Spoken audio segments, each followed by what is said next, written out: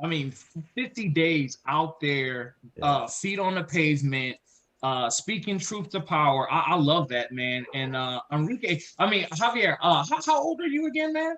I'm 26. 26. So just, Yeah. another young person, active, speaking truth to power. Man, I think that's beautiful work that you're doing. And so tell us a little bit about your march from New Orleans to Houston, man, because that Yeah. you don't hear too many people doing that. Yeah. So before the pandemic, the Dallas chapter was thinking about like, what's our next big thing? What are we going to do next? And we thought this idea, let's do a trek around Dallas at all the environmental injustice sites in our city. And we were planning it out. We planned out all the logistics. And right as we were about to start that, the pandemic hit.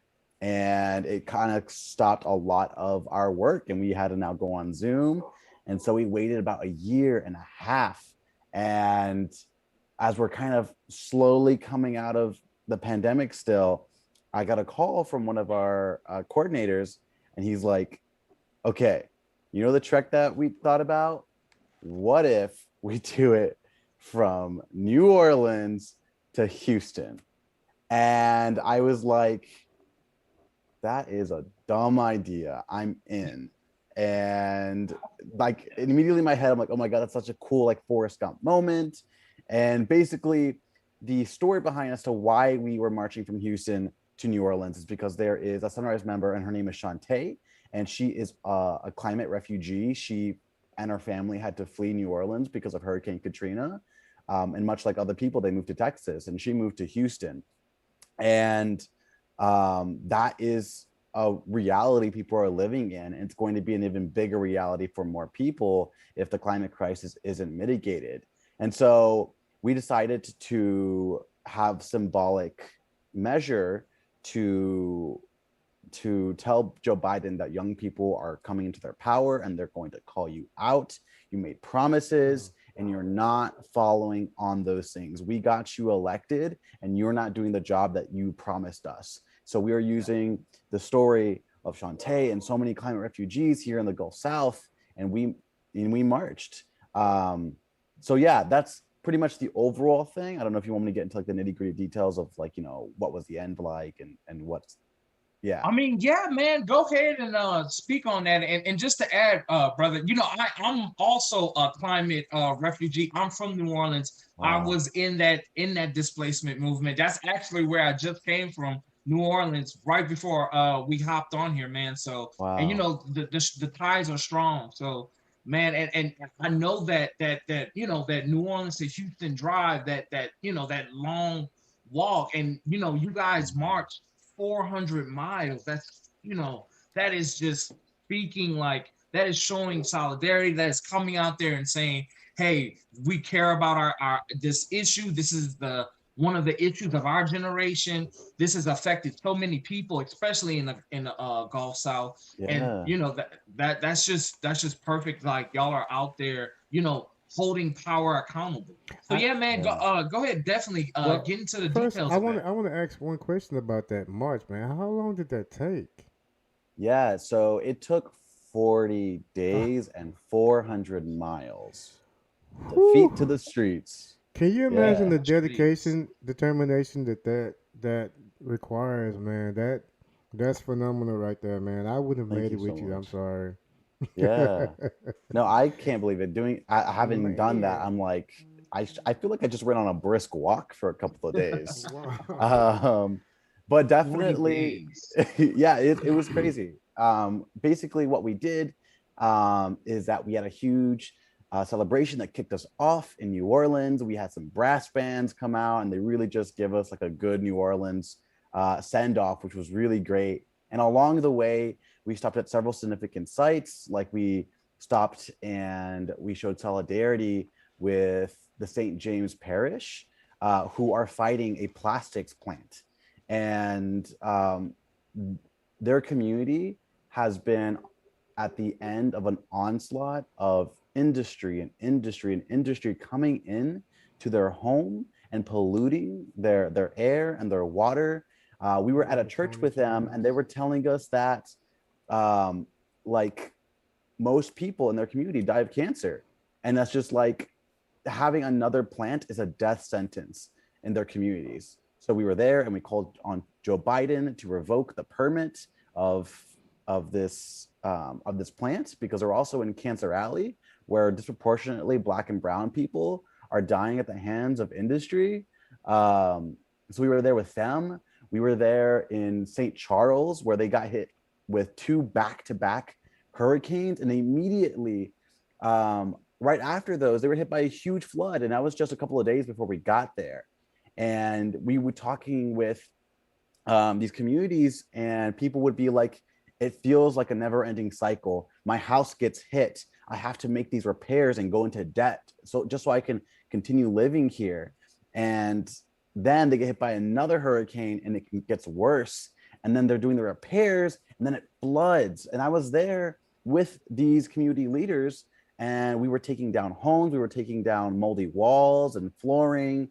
And yeah, it was atrocious that the government came in to help them, but when we got in there, what we saw, what their help was, it was just a blue tarp over their roofs.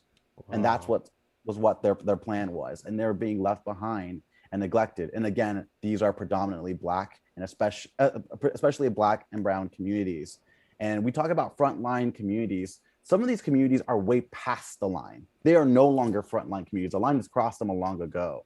And then the last thing that we did is we showed solidarity with the Beaumont workers at ExxonMobil, and they were just trying to ask for safer working conditions. And a lot of them had been working 18 years, and they haven't gotten pay increases. And then new people would come in and start at their base. They would start at the salary that they're on without having worked there for years, and it was really unfair to them. And it's just sad, because all these people put their heart and soul into their work, and they only get to see their family on Christmas like every 5 years. They get to see their family, and it was really upsetting. And then at the end of this, we marched to Ted Cruz's lawn. That was our finish line. And just like he sat on his butt during the Texas winter storm, we sat ourselves on his lawn until we got arrested. And again, this was a nonviolent direct action.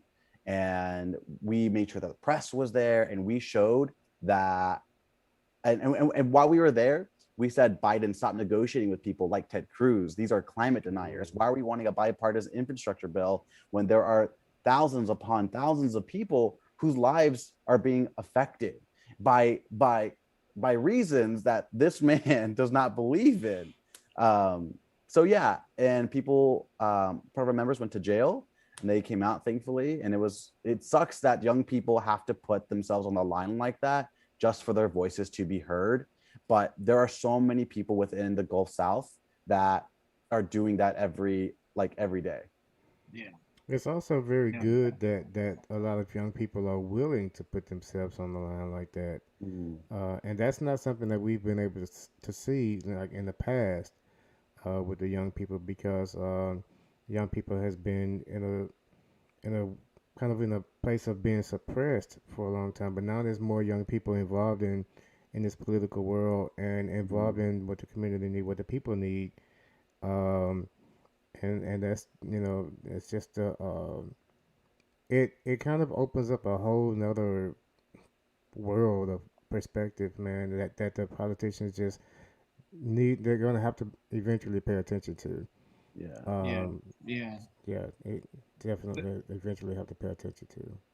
That's Yeah, right. they just overlook us. And it's, these are the problems of our generation. And just like Javier was saying, like, people have to rebuild every year. I Yeah. mean, that's asinine. Like, how are you going to continually do that? How can you save funds? How and then the government doesn't come in to help. I can speak from just my own experience Mm. and other people that I know and their experiences. And the government gives you a blue tarp, they give you a little bit of money, but they don't fix the infrastructure. And then Exactly. and like Javier was saying, when they want to try and negotiate on the infrastructure, they cut everything that's productive and out, and they want to scream, "Oh, we got a bipartisan bill," but the bipartisan bill doesn't do anything. Yeah.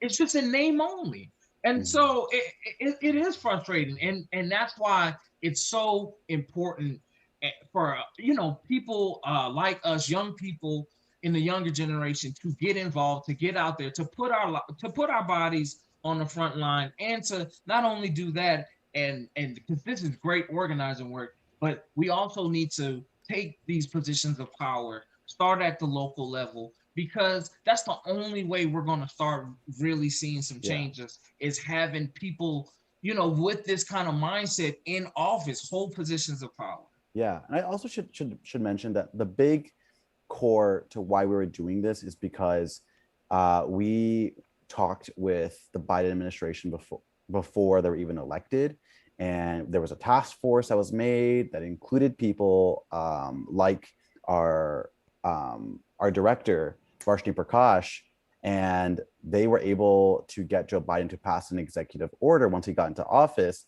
that would establish something called the Civilian Climate Corps. And so that Civilian Climate Corps, the CCC, draws inspiration from the original CCC, which was the Civilian Conservation Corps. And that was created during the FDR era in response out of the Great Depression, where so many people were feeling the economic slump like we're feeling today. And the Civilian Conservation Corps created so many good paying jobs that lifted people out of that hole, and also filled in so many other holes in our communities, like work on infrastructure, protect our green spaces, and so on. And that's why we, we look back at that and see how that worked. And that's why we pushed that. But now that he signed the executive order, um, the I guess the issue now that we have with Biden is that within the infrastructure bill, he really put a weak budget behind the Civilian Climate Corps. And at where it stands is going to only make about 20,000 jobs, when it could make millions of good paying jobs for the work that actually matters in our country. And it doesn't even have to be like green jobs like retrofitting or like investing in different energy. It could be jobs like caretaking, like teaching, like healthcare, jobs that are low emitting to begin with and do so much for our communities and invest in our communities. And we want jobs like those to be well paid so people can go home and continue to do that work. Because I'm pretty sure, I don't know if you guys have been there, but I've been at a point where I worked for the city of Dallas, or I worked for AmeriCorps, and I got paid $7.25 to do work like organize Black and Brown communities to create neighborhood associations and homeowner associations so they could have a bigger voice in our government. I worked in Oregon to create nutritional literacy programs and create community gardens. And all of that, I struggled, and I could not afford a place to stay for myself. I couldn't afford a car note. I couldn't afford to pay my bills. And it's so sad that we don't prioritize jobs like that. And that's why we did this march, was to push Biden to follow through, to make sure that the Civilian Climate Corps is fully funded and not watered down just because we're trying to negotiate with the Republicans. Yeah, Exactly. we have Tony Jams. I think this was referring to something that was said earlier. He said yes, a population control. He said get rid of the poor man and take care of the rich. Um, what do y'all think about that? I mean, that's exactly how our kind of like how our system operates. Yeah, Every policy is made to help out the 1% in Mm-hmm. the corporations.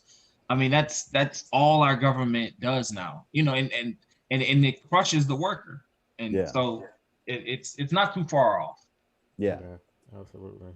And there's just so much need coming out of this pandemic, and there's so many jobs that we can create to meet this need, and we're not doing that. And like for me, this march started like long ago, when Yeah. my family immigrated here from the United States. They came and they walked and they came to look for good paying jobs.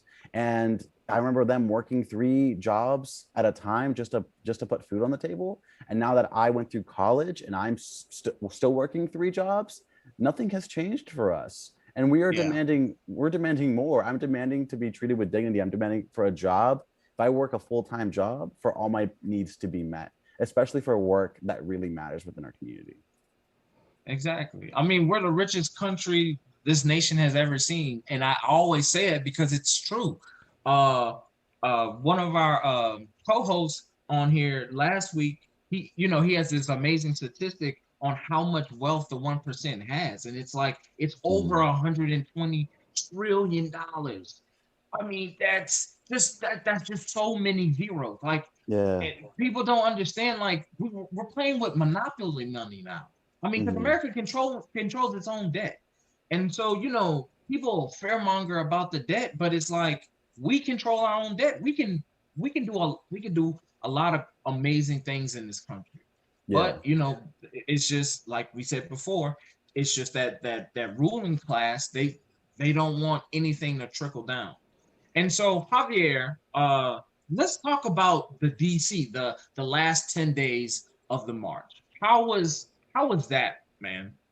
Yeah. So that um we were definitely building off of the momentum at the finale of Houston.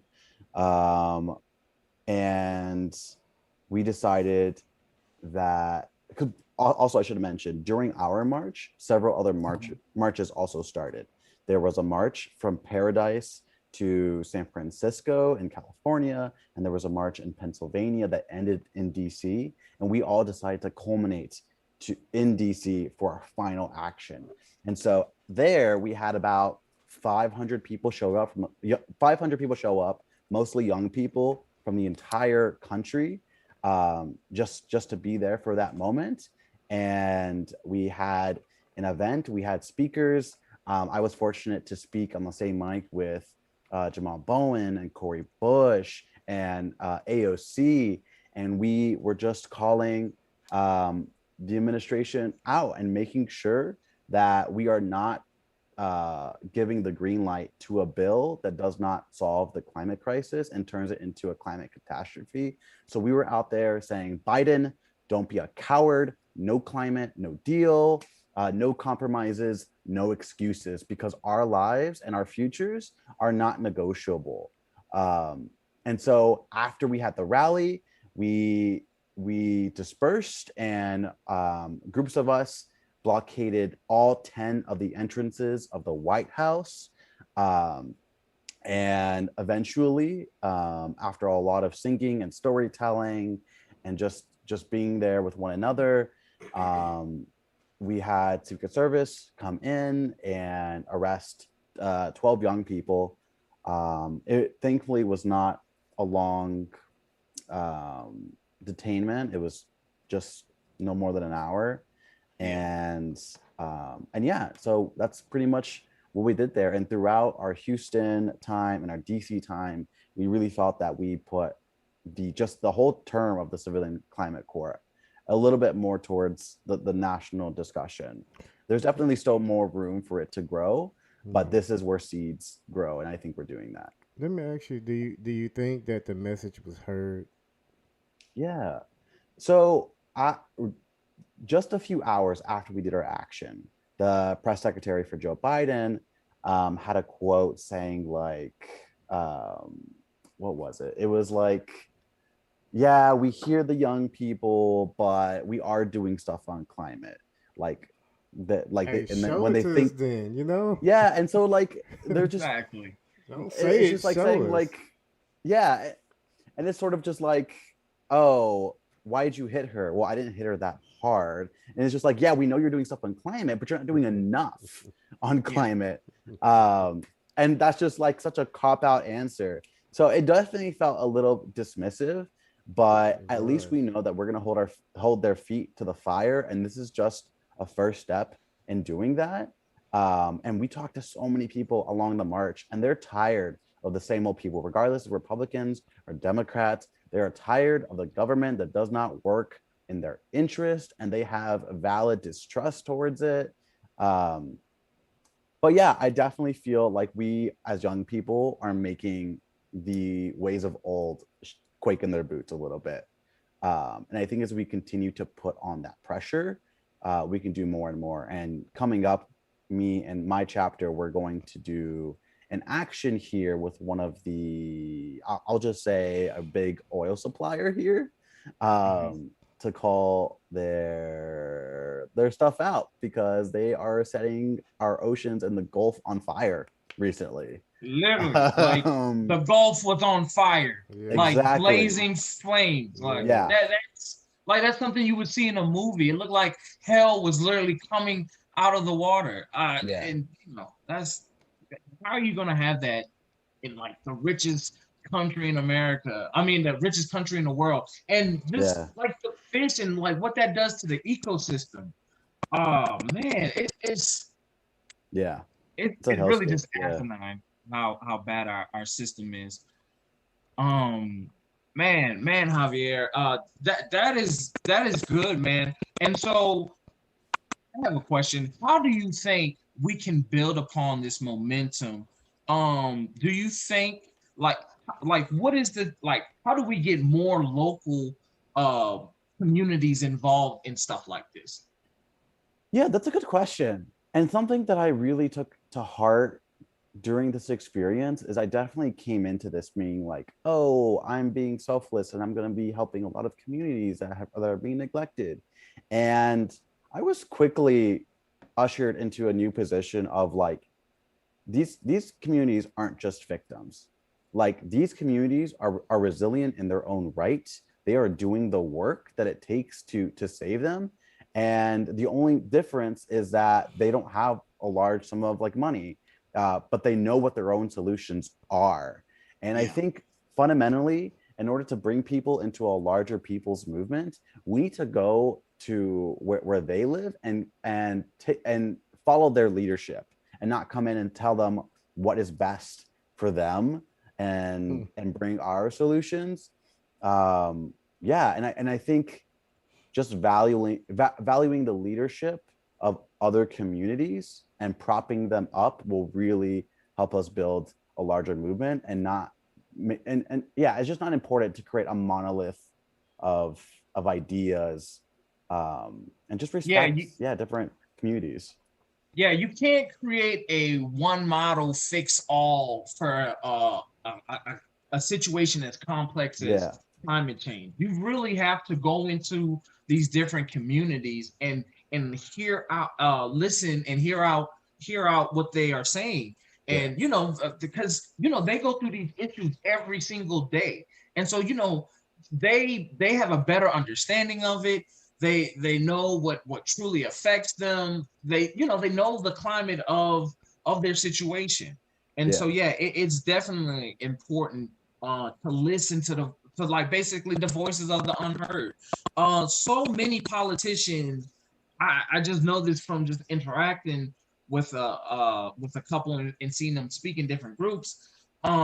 They really try to tell you what like how you should feel and how you should go about things, and like, oh, I know more than you because I've been in this space for a lot longer, but you don't know the things that I've had to go through, those different situations and how they truly affect us. That's something they can't really speak on. Yeah, no, absolutely. And I think that's one of the reasons why we have in our three demands, we have make sure that you pass a bill that fully funds the Civilian Climate Corps. We also have to stop negotiating with the GOP. And then our final demand is that you meet with people like us who our futures are being threatened because of this issue, and not just with the same old people. And I think on top of just listening in with these communities, we need to do a better job of showing up. And I'm even calling like leftist spaces, like the ones I've been a part of, out, because a lot of the times we come in with good intentions, and then we come in and then we leave and then we don't come back for a very long time. And so coming out of this, I want to push our hub to continue to show up. And when we think about what is our next idea, what action are we going to do next? What's our next project? I want us to prioritize looking inwards into our community and seeing what projects are already started, and try to help add fuel to that. And if there is a hole where no one's addressing, then sure, we can lead on that. But I think in a lot of advocacy and nonprofit and activism, everyone kind of wants to race to be the hero and work in silos. And that's less important than changing our worlds and making our lives better. Yeah, man, you said a mouthful, bro. Like that is like the basis of my organization, POP, which is protest, organize, and participate, Mm, is to bring all of these different organizations together so we can because like you said, man, people want to be the savior, but we can't all, that with us all broken up into these all different little groups, yeah. we're not together, and we can't work towards the bigger common goal. And so, everybody with us all being all jaggered and moving at different you know times and spaces and stuff like that, we're just not coordinated. And so I Mm, think that is one of the things Pop hopes to do. Not only that, we register people to vote and get people politically active, but mm, it's also a main thing of bringing these different groups together so we can work in solidarity. But not only in solidarity, but to have our demands really be heard and mm. really work towards. Yeah, I Yeah, think absolutely. bringing all the organizations, the groups together would be beneficial to what you were saying, Javier, about people showing up. Um, if it's just one organization, it's a lot harder. But I think if you have Mm, more people working together, that's a wider range of people that could possibly show up. If not from one yeah. organization, then maybe from the other. And that's why like Jim was saying with pop, it plays a big a key is a key factor in grouping, like bridging the gap. Mm, Uh, that's basically what it is, and that just you know because he said like everybody wants to be the savior, but everybody can't be the savior. But together, yeah, we can be a savior collaboratively, yeah. and that's what's important. Like, but it's something I wanted to bring. I wanted to kind of bring up in this conversation is going back to the whole what we want versus what we get, what we say versus what we receive. Um, when you look into politics, and you look into the two party system, Hmm. um, I'm start with saying we people are quick to say, "Oh, this is the greatest country ever," but it's actually not. Hmm. It could be, but it's Yeah, not. But absolutely. because you can't have a great country if the country is fighting within itself. Hmm. It just doesn't make sense. So not only is the Democrats fighting against the Republicans, not all Democrats are actually fighting against the Republicans. There's actually some Democrats that's actually basically undercover Republicans. I mean, Hmm. Joe We got Manchin, Joe Kristen Manchin, yes. Sinema. So Yeah, if so that means we have Democrats fighting against other Democrats. So I think that plays a big factor in why the Democrats just can't get it together. I mean, that's why there's been a lot of things that said that's not actually done within the Democratic Party, whereas the Republican Party, they say it, they do it. hmm, And that's a big issue, and that plays a big role of us getting things done. And you have these youth organizations that's coming up, yeah. consistently uprising that's making demands, and it's just, are they going to get heard because of this fight within ourselves, or are they going to get Hmm. thrown out? Yeah, that's really well said. And I think that like Biden and his administration, they're all about let's build back better. How about build a backbone first? Let's do that, and then we can like Yes. do everything else. Because we're negotiating with people again who are profiting off of our struggle. These Yeah. are people that are moving the Overton window so far to the All right, and right. we're just Yeah. letting them happen. We're just going for a ride with it. Yes. And like centrism is not working. Centrism is not an anchor. Centrism is being on just on the belt that keeps going over there. Yeah, Yeah. the conveyor belt. Yeah, there we go. That's the word. Yeah, that's sad, man. And people are the whole world of politics. Politicians, they don't care about people, and that's why it's things that we need gets kind of stuck in transition and translation because it's like if it doesn't benefit them, it doesn't Yeah, matter. if it doesn't Mm. benefit the corporations, then the politicians don't move. Yeah, they And don't care, Yeah. and a that part of that is that's because they're in their pockets. yeah, Hmm. exactly, Yeah, exactly. When you're getting millions of dollars or hundreds of thousands of dollars from billions of Exxon dollars. Mobil and BP and all these other different corporations, eh, they're gonna always look out for their bottom line because they want that money to come back in. I think there's a report. I think it's from ExxonMobil. They knew what they were doing. Like back in the 60s, they knew how Yeah. bad it was going to be. I Yeah. mean, that's crazy. Like, and they're not, and so you had, 50, 60 plus years of knowing that what you were doing was destroying the planet. And yet you still didn't even make an attempt to move towards green new, green new energy or renewable energy. Mm. So I just, it's like these people, they don't even, they don't even understand that they're destroying the world. And what's next? Like, what are we going to do? We're already past the point of like almost no return. Yeah. With the carbon emissions, and now we're trying to throw hail marys to try and fight this issue. Yeah. I know one of the things that they're trying to do is they're trying to block like shoot out a missile into the sky and like block Mhm. out carbon emissions. And like, what is that going to do? Like that can harm us so much more. They're not even Yes. thinking.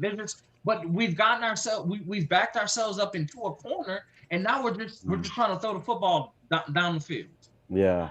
Yeah. No, I think something that Archie was kind of getting at earlier is that um like we the reason why I joined this organization is because this organization prides itself on being a movement before it being an organization, and a movement is that's what's gonna take us to get through this fight, because the Civilian Climate Corps is only the first pillar of the Green New Deal, and that alone is not going to save us. And even when we pass the Green New Deal, that's going to do amazing work, but it's not going to save us.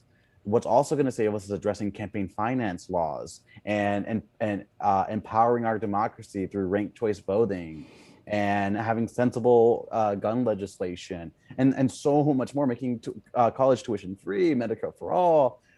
There are so many things that's going to take. And that's why we are wanting to build on a movement, because, again, this does not stop at the CCC. My march may have ended in Houston, but it's continuing forward for the rest of my life to make sure that we fight for people who have been hurt. Which is almost Exactly, man. everybody.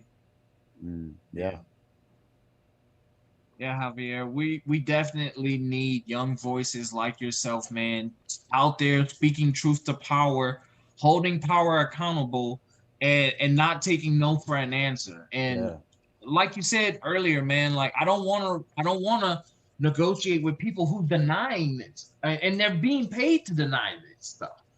And we can't all just run off to Cancun when things get Yeah. hard. I have a question. What would be like the next step after a full denial of what you're fighting for? Then what?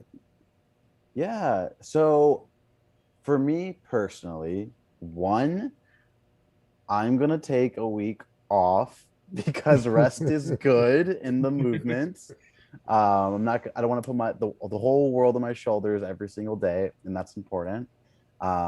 But then going forward, I'm going to bring all this information that I've learned and bring it back to my community, bring it back to my chapter, and help build on that, because I was in the dark about some of these things that I learned before, and I want to empower my group to do that and to make sure that we are empowering other voices in our community. And it feels amazing to have marched with so many other people who are in our region, whether it's Louisiana or Texas and the cities in between. We can create a regional coalition, and that's powerful. Like, if we could get all the organizations to come together that we met along the way, and you know, create a body, and we can show solidarity for each other's causes, that makes us powerful. That makes the movement much more powerful than my singular chapter here in Dallas. So I think building on our relationships that we formed and continuing to search for leadership that's been there and been doing the work.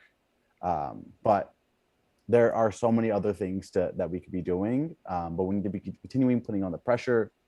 And here in Dallas, like I said, we're going to have an action on July 15th, I believe.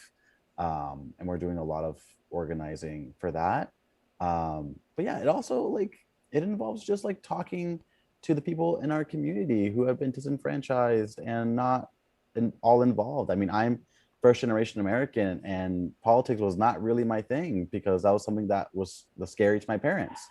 But also, you know, getting them into politics has been life-changing for them, and they're a little bit more stronger and better for it.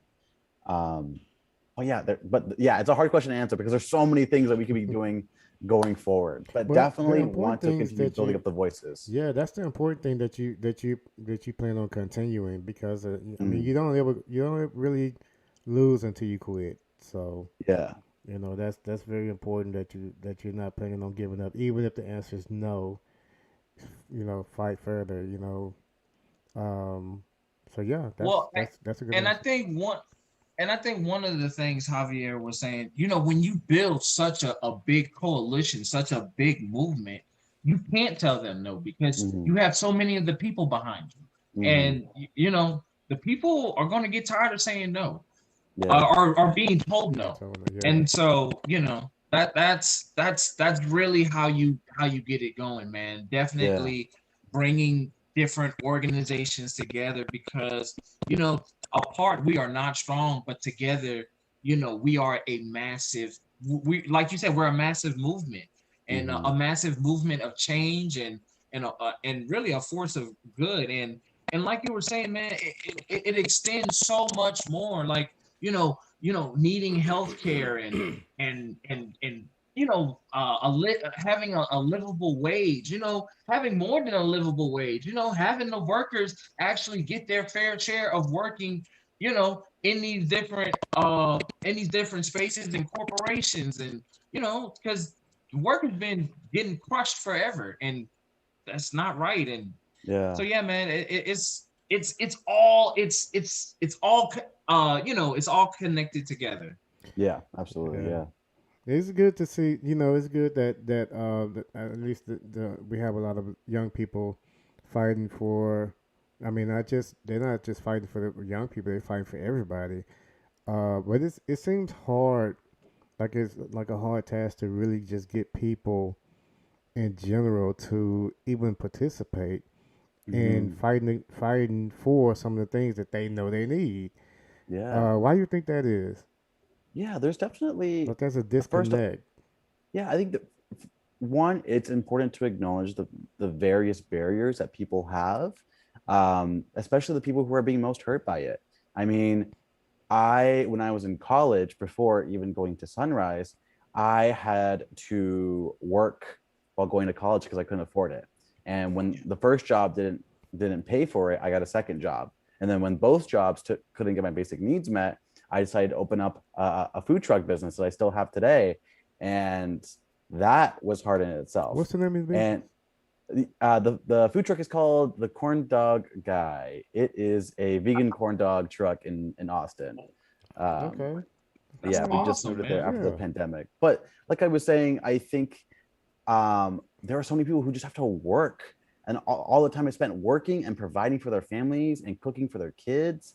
And while they might be on the front lines or past those lines, they have bigger priorities. And it's kind of hard to expect them to come out of the woodwork to come fight for these things, because they are fighting so passionately for their families and for their homes and for themselves already. And that's just a daily basis for them. And having to give up time to go work for an organization, like the fact that I'm able to do this is a little bit of a privilege. Yeah, I may have struggles and bumps along my road, but there are people who definitely don't have the privilege to have gone on a 400-mile 40-day march. So one, it's important to acknowledge that, and those are the barriers. That's why I'm doing the work to make sure that we have good paying jobs for millions of Americans, so they can continue having free time, not only to organize, but also for themselves and their family and for the community. So yeah, just I want to acknowledge that, because I know a lot of Black and brown communities really struggle going into activism, and when you go into leftist spaces, it's not as many as of us, and it's because we are having to work for our lives, and fight every day. But beyond that, it's just about educating people and making them feel powerful in their own right, because so many of the times they feel so overwhelmed that, like, the powers that be, they're so powerful and mighty that I could never do something on my own. And they're right.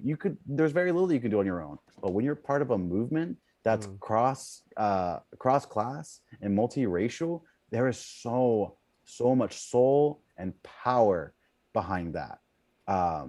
So yeah, and I think just leading with compassion, and making sure that our spaces aren't pushing people out.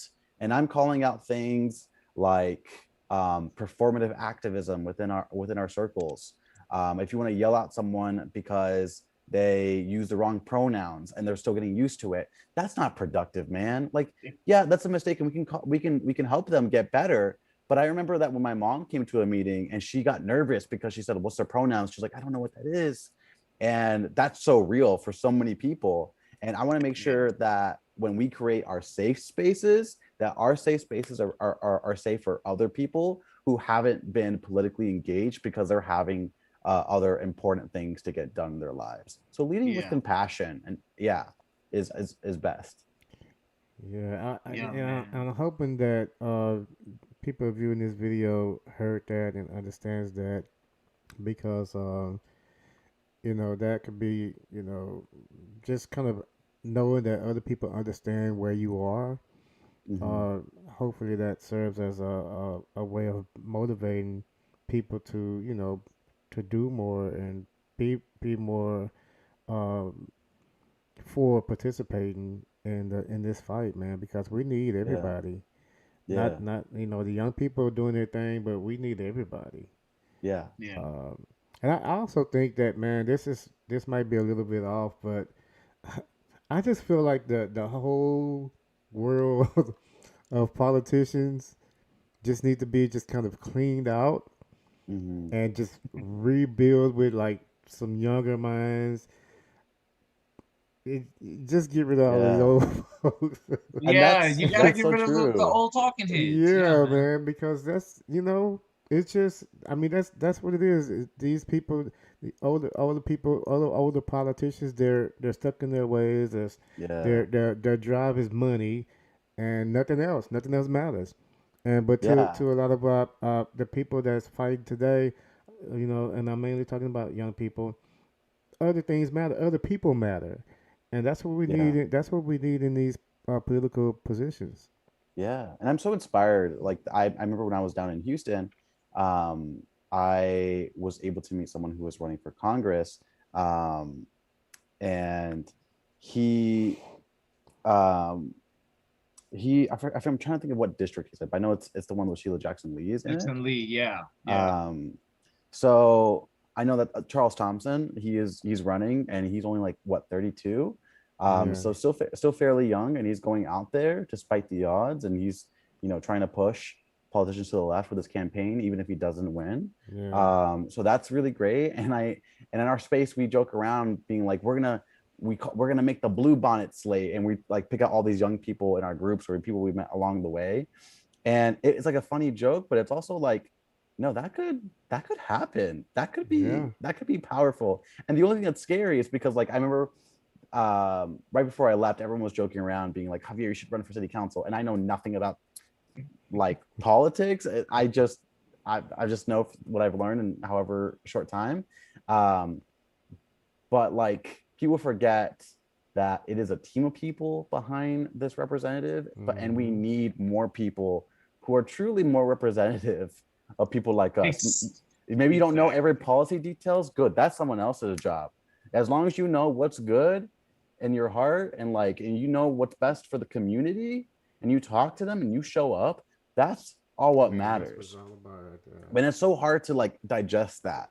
Um, like because it seems we're seeing these images of what power looks like, and it's just like a suit and tie and having a response to everything and knowing the policies Yeah. and whatever. And that's people are not like that. Like outside of that office, those aren't people, those are politicians.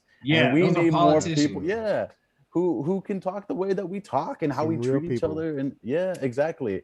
And we need to start recognizing quickly that that's where we're powerful, and they're creating this image because they have no other way to be powerful. Hmm.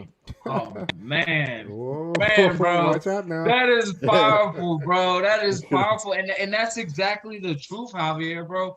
Uh, that it's just a facade. Like, oh, I'm the distinguished gentleman from over here, and I know Yeah. exactly what I'm talking about. That's Yeah. fake, man. Half of those people Yeah. don't even know. They get handed a script like 2 minutes before they go out there, and they're like, hey. Your donor said say this, and this. And that's really what it is, bro. And I can honestly, Javier, I could definitely see you running for office one day, bro. Well, I I mean, definitely yeah. hope you should no, man. Like, and that's the thing, bro. We need the activists to then go like at the local level because, bro, like we're more connected with the people. You know Mm, what the people are saying, You know and why? that's what the Because you're one of the community people. needs. yeah. Exactly. Yes. Exactly. You're not a politician. You're not a career politician. Nobody wants a career politician. You can look at polls. People don't like that stuff anymore. People want people. People want like Yeah. people who you can relate to, people who you can interact with. Man, I work as a political strategist, and like that's one of like my key main things. Like relate to people, talk to people. Don't try. You don't have to be so polished and this and like Yeah. Yeah. that like you lose people at that because you like people check Yeah. out. People are like, oh, you're fake, bro. Like, Yeah. like you have to be real with people, man. And I definitely see you running for office one day, brother. So I definitely I speak that into power, man, because we need more young people like that. Yeah. Like I said earlier in the show, man, taking control, taking these Mm, positions of power. Yeah. You know I what, Jen? appreciate You that. made me think about. Actually, this was last week's Bible study lesson where God was speaking to Moses about sending them a prophet, and He told him He was going to send them a prophet from within their own people, from within their brethren, someone basically they can relate to. And Mm, that's the same thing we need in this world of politicians, that we don't need to be we don't need this disconnect like we have now mm, between real people and politicians, because it hasn't been working. And mm, the politicians, they care so little about the people. That's why they don't even go, and they say what they think people want to hear. They only mm, go and like go to select people when they do go to the so-called when they so-called go to the communities, and it's usually the same people. It's always the same thing, the same this and that, and there's no real connection between the politician and the real people in the community, and that's where the problem lies, because you can't really know, you can't really relate to people if you don't ever go where they are. I mean, mm, really go where they are, not just And yeah. have pass a through the neighborhood. conversation. Yeah, like not just having it, not. I mean, having an event, in certain areas is fine, but you need to let people. You need to make people feel like you're actually one of them. And the Mm, thing is, people know that don't exist. You're not actually one of them, and so that's why there's that disconnect, and that's why it's like it is now. And so with the young people stepping in, actually being one of the real people in the communities, I think, man, that like what you're doing, G, and even what you're doing, I think that's going to set the tone for the change that needs to happen in the political world. It start local and it moves up. So that's Yeah. my encouragement to you guys, because I know I'm a lot older than both of y'all. Just keep doing what you're doing and watch it move up. But just make sure you don't quit. Don't stop, because Yeah. Yeah. we need you guys to Yeah. keep going. I Yeah. appreciate it. And I appreciate drawing from inspiration from people like you, Archie, and people who have set the foundation for us. And we have like a lot of people yeah, who have just really helped pave a pathway that I'm so fortunate to have walked on to get here. And it's all of Yeah. our fights. Yeah. Yeah. Yeah. I don't know, Gian. I want to ask you another question, Javier. But before I ask it, Gian, did you have any more questions? Well, no, but I do want to because Alexandria, she kind of said something pertaining to that we owe it to the people who were before us, and we're standing on top of their Mhm. shoulders, and we have to we have to keep it going.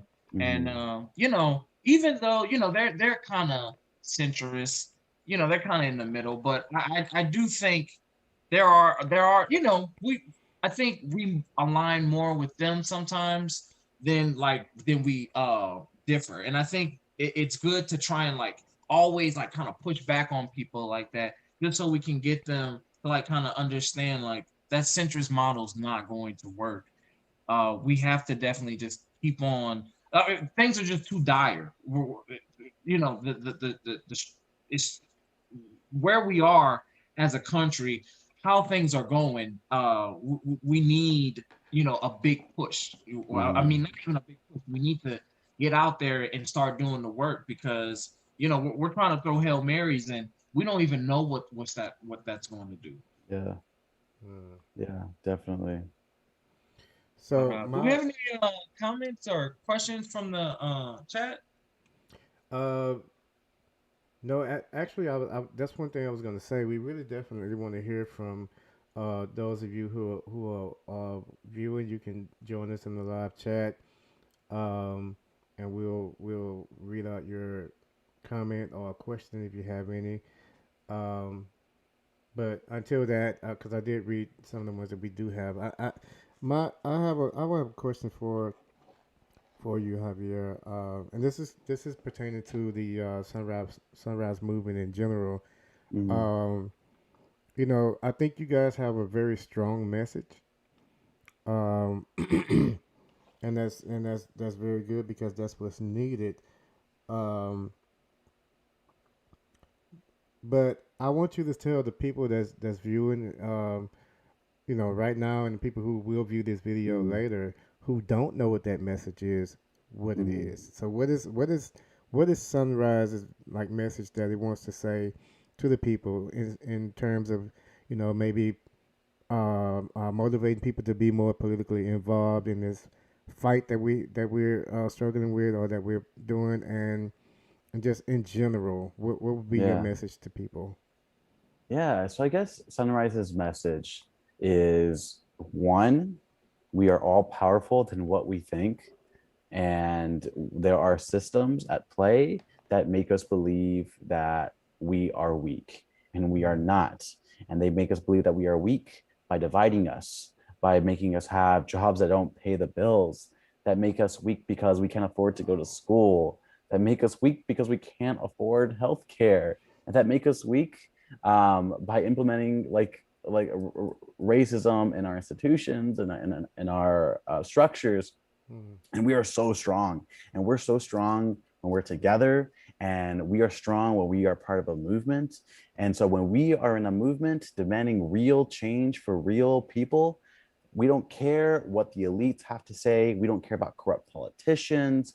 We care about the problems that we're facing, and we're going to do that by making sure that we're passing things like the Civilian Climate Accord that would create millions of good paying union jobs that help fill in gaps in our communities and help us become more resilient as we're facing the climate crisis. We're going to make sure that we pass the Green New Deal. That's a comprehensive, overarching solution that's going to bring our economy back up from this recession and make us stronger and more prepared for the future. Um, and yeah, just making sure that like we are doing this movement and making sure that we are building not just a generic movement, we are building a movement that is cross-class and multiracial, and not just saying that's what we're going to do, by making actualized goals to move that forward. Because I don't want to be another leftist performative space that detracts from the overall thing. And like Archie was saying, we are all the saviors that we need, and there is power in that. And so I think that's our message from the Sunrise Movement. Yeah. And I believe that correct me if I'm wrong, when you were doing the march, the 400-mile march, you were also registering people to vote. Am I right? We didn't register people to vote. No. No? No, not during the march. No. Okay. But y'all were talking to You would- people, listening to them, which that's just as important. It actually is. It actually is. It's just equally important. Man, I that right there, it's still I'm still kind of blown away by that. So I really commend you on that. Let me see what these comments say here. So we have Tony again. He says, "Yep, they tried to keep us fighting." Hold on. Okay, yeah, they try to keep. I just want to say, Tony, we appreciate your questions, man. Yeah. They say they try to keep us fighting each other, so we can't see what's really happening. It's time for us to wake up. And this is from Tony Jim. I actually know Tony, and he's absolutely right. He's also one of the young people, and so I think you probably motivated somebody there. Yeah. That's good. That's good, man. That's what it's all about, man. Because you have to make people understand and know where they fit in. First of all, you got to let them know that they fit in. That what they do and the actions that they take are just as important as the next person. Yeah. And you don't have to be way up here to fight in this fight, That's important because a lot of people may not feel important enough to fight. Yeah. So it's very important to encourage people to do it.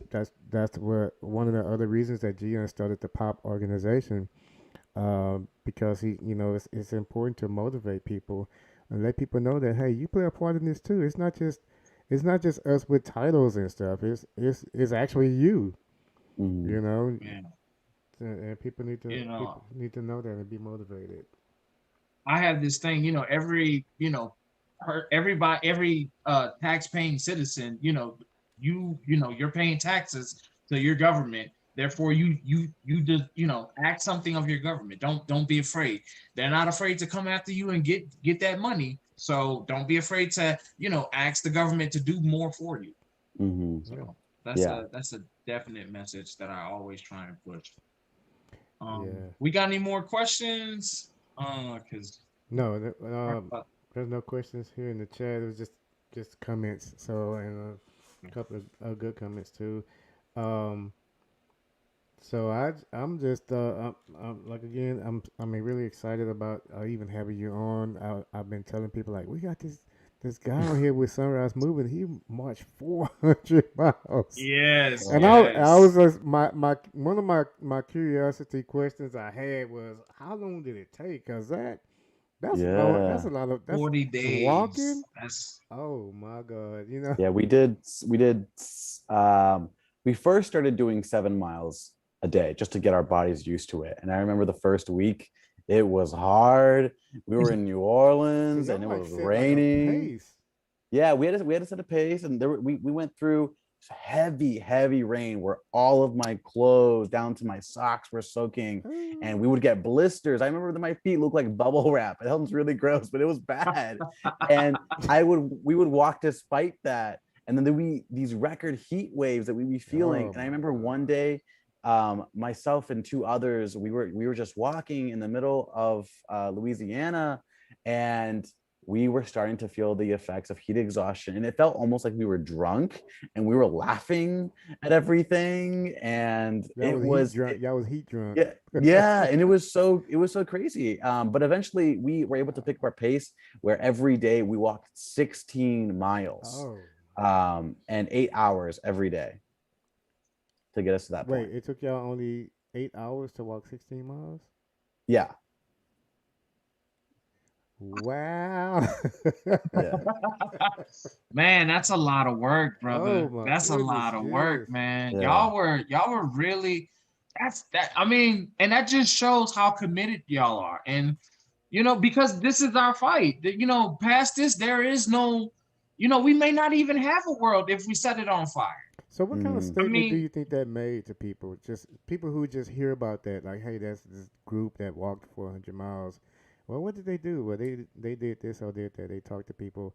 What did you think that? What do you think that means to people when they hear about that? About when they hear about the march? Yeah. Yeah, it's really funny because we would also kind of canvas while we marched, and we'd be walking and someone would be like, "Hey, what do you got? Like what are you guys doing?" And they're like, Are y'all "We're a the sun." church group? Yeah. And what's funny is that sometimes when we were like getting Airbnbs, we had to get it for like 20 people. And some of these places are conservative spaces. And if we told them where we actually were in detail, they would probably not give us a place to stay. So we usually said we were a youth group when we are a youth group. Yeah. But yeah, that was fun. But we would be walking, people would be like, "Hey, what are you guys doing?" And we're like, "We're the Sunrise Movement." And they're like, "Where are you guys going?" And like, "We're going to Houston." And they're like, Are you guys "What?" crazy? And we're like, "Where'd you guys start?" "New Orleans." Like, "What?" "Yeah, Oh we're my walking God. 400 miles." And they'd be so shocked. And I always love to see their faces. And that was like the draw of like, okay, tell me more. Why are you guys doing this? Are y'all crazy? Y'all dumb? What's going on?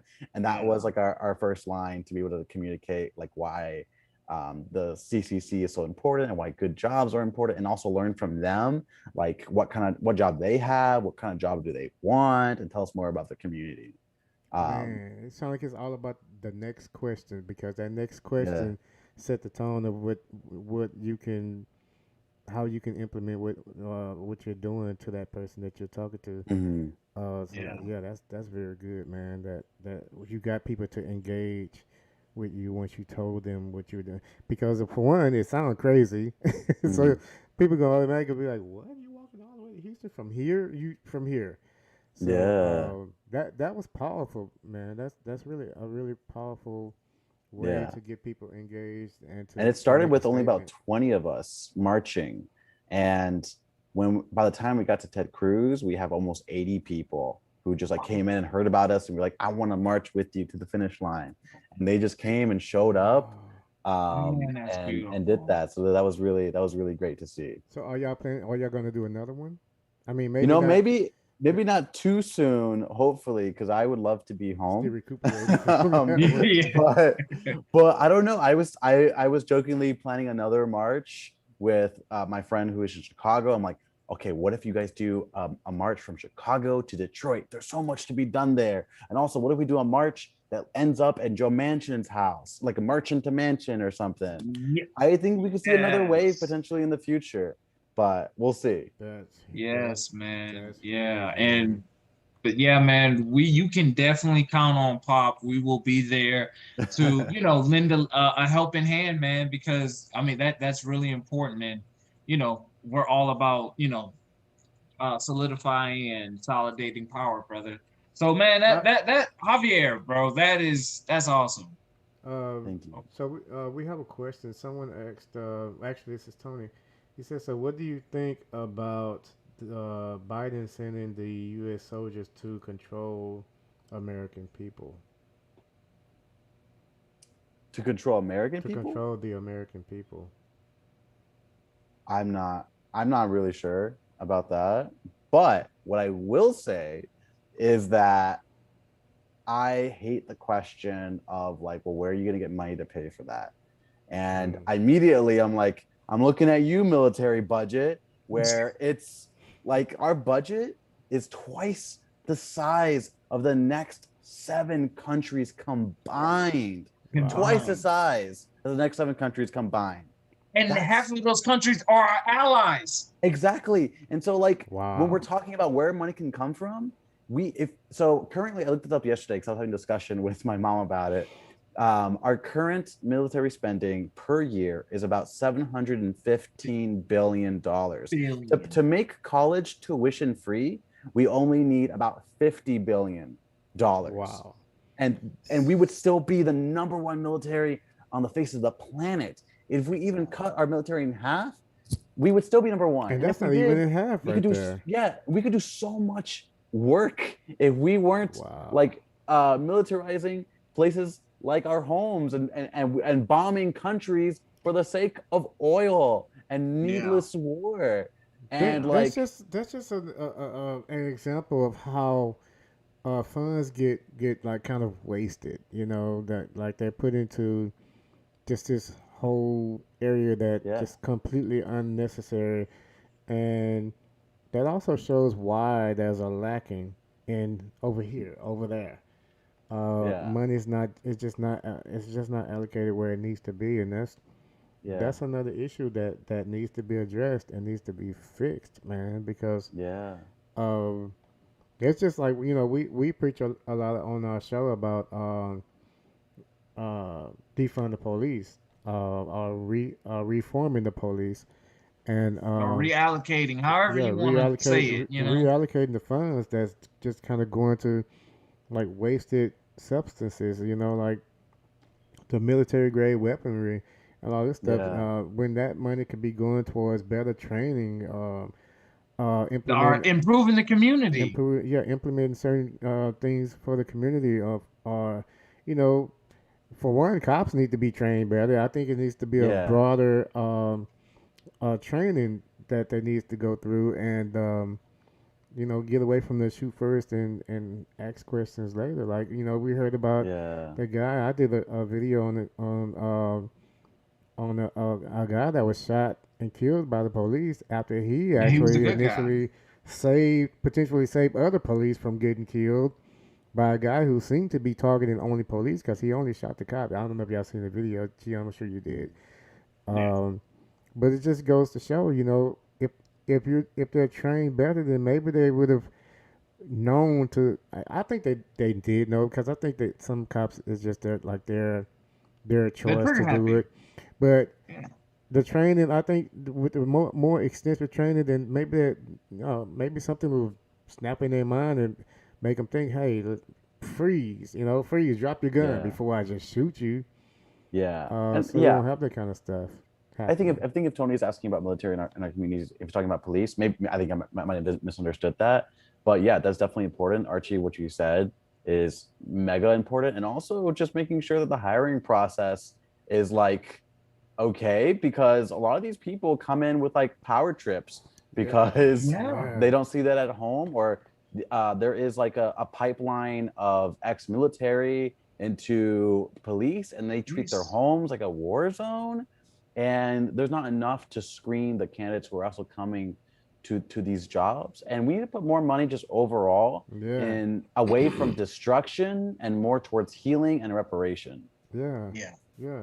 Yeah, man. Because at the end of the day, man, if you can't serve and protect the people because you're too busy killing and harassing the people, then what's your real purpose, Yeah, man. So yeah, and you said the magic word. I always say screening. There needs to be much better screening in the hiring process, because Mm-hmm. it's like anybody become a cop now.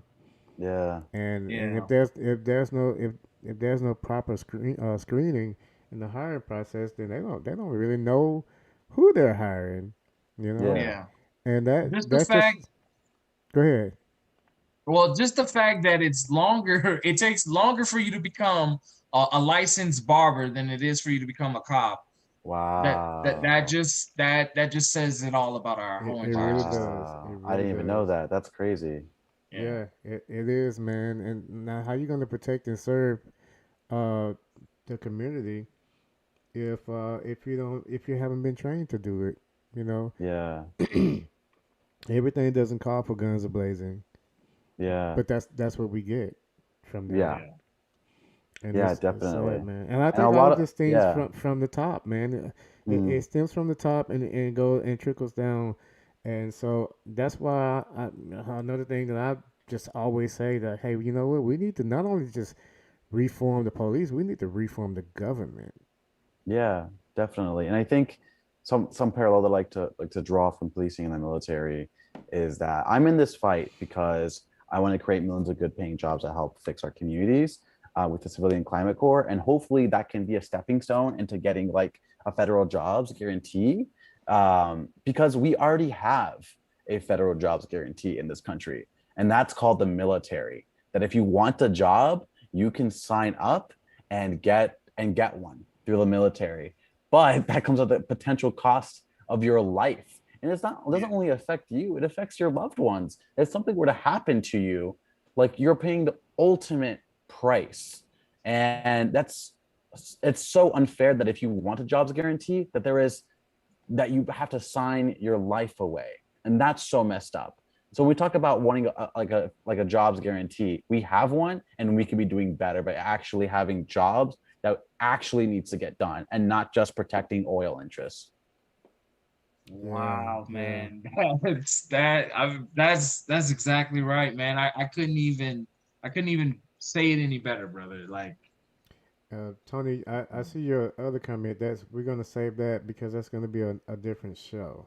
He was asking about he talking about the guns, how people allowing how they're allowing everyone to get guns, and like what about the you know the those who have criminal backgrounds or whatever. But that's gonna be on a different show, so we'll address that one on that show. yeah. Um, Uh, but yeah, this is I mean, I'm not even one of the youth, but I'm motivated. What can I do? he said, Yeah. Well, things you can do definitely is go into your community and follow any leadership that is established.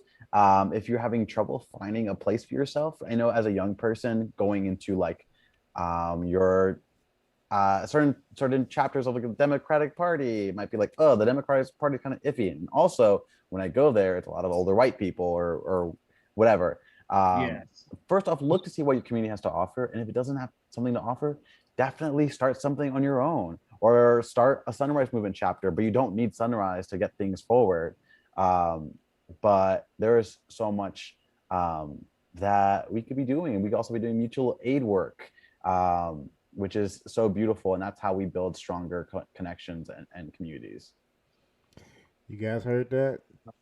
So we have Sunrise, we have Pop right here. There we So yeah, There we go, see, I man. really And asked we that have, question for the yeah. viewers because I'm already in Pop, but but now hey, now they heard it, so hey, there's no Yeah. excuse. Man. But Javier, man, I want to thank you for being on. You were a wealth of information, man. And like I said before, man, I really hope you go far. City council, then maybe mayor, then Congress, bro. Like join that fight, man. Yeah, Because I we appreciate need it. more people in it, man. We Yeah. really Can do. I read this Because last it's comment right here? oh yeah, This is go ahead, this is Arch. from Brett Phillips. He says that Ron Paul said it best. Uh, we can't have change in government until we change our minds on what government supposed to be, Hmm. and that I think that's very true. Yeah. Basically what we need it to be, you know. Yeah, So yeah, I think this it starts with the action that we take to get the government to be what we need it to be, and I yeah. think that started is starting right now with all of these movements, the youth movement, and you know, y'all have the youth movements, but we do need to get some of these older people involved as much as possible as well. Those who are still Yeah, capable, they Yeah, need to be involved too because we need everybody. All hands for on deck. sure. Yeah. yeah. Yeah, well, thank you guys for having me on your show. Absolutely. It was great, and hopefully, I get to continue doing more work, and you guys get to continue to grow just as much as I want to. If you guys want any more information, feel free to connect with me. My Instagram is at Captain Soapbox, and Captain Soapbox. Yeah, and you can follow that, and then you can find a local Sunrise chapter by just looking on the website or join the Sunrise Dallas chapter if you're in the DFW area. And if you're Austin, get yourself a great corn dog at the Corn Dog Guy. Yeah. Man, we're gonna definitely put all your info in the description, man. Yes, Because yes, yeah, yes. man, we support that. We support that, especially Absolutely. corn dogs. And I'm sure we're gonna have you back on the show again because I know Oh, you're thank doing you. things, so you're gonna have something brand new to tell. Especially if you do another one of those marches. I'm gonna personally contact you and say, hey man, you done it again? You gotta come Yeah, talk let's about do it. it. Let's go. Oh, maybe we could have you do a live and we could do like a video while you're marching. I think that'd be so. Yeah, Yeah. man, we're gonna definitely set that up. But Yeah. Javier, I want to definitely thank you for being on the show. I want to tell everybody to like, comment, and subscribe, and hit that notification